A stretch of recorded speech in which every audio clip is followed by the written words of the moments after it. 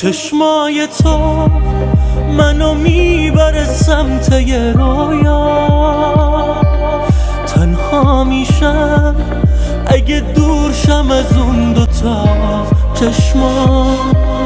این روزا من نگرانه تو با آیندم، دیگه دلت نمیخوام که برای کسی شه.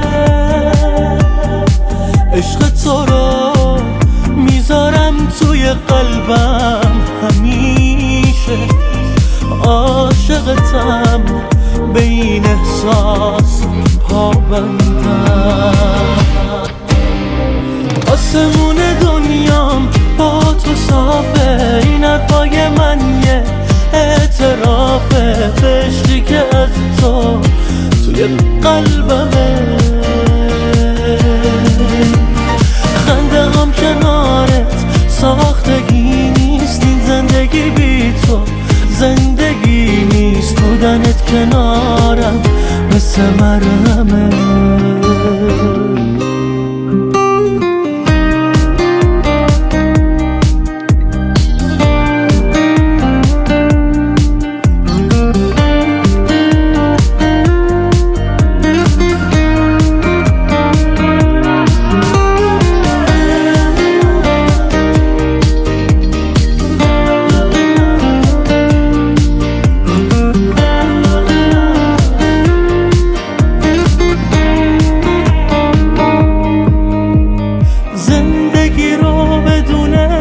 میخوام عزیزم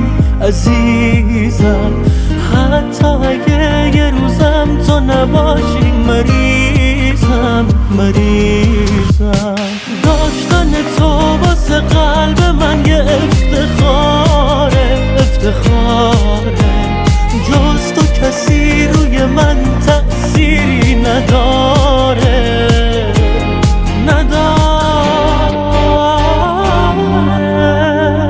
آسمون دنیام با تو صافه، این حرفای من یه اعترافه به عشقی که از تو توی قلبمه.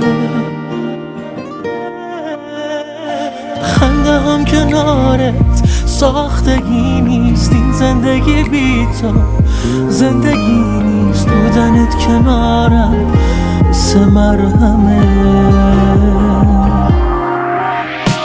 آسمون دنیام با تو صافه، این حرفای من یه اعترافه به عشقی که از تو توی قلبمه. خنده هم کنارت ساختگی نیست، این زندگی بی تو زندگی نیست. بودنت کنارم مثل مرهمه.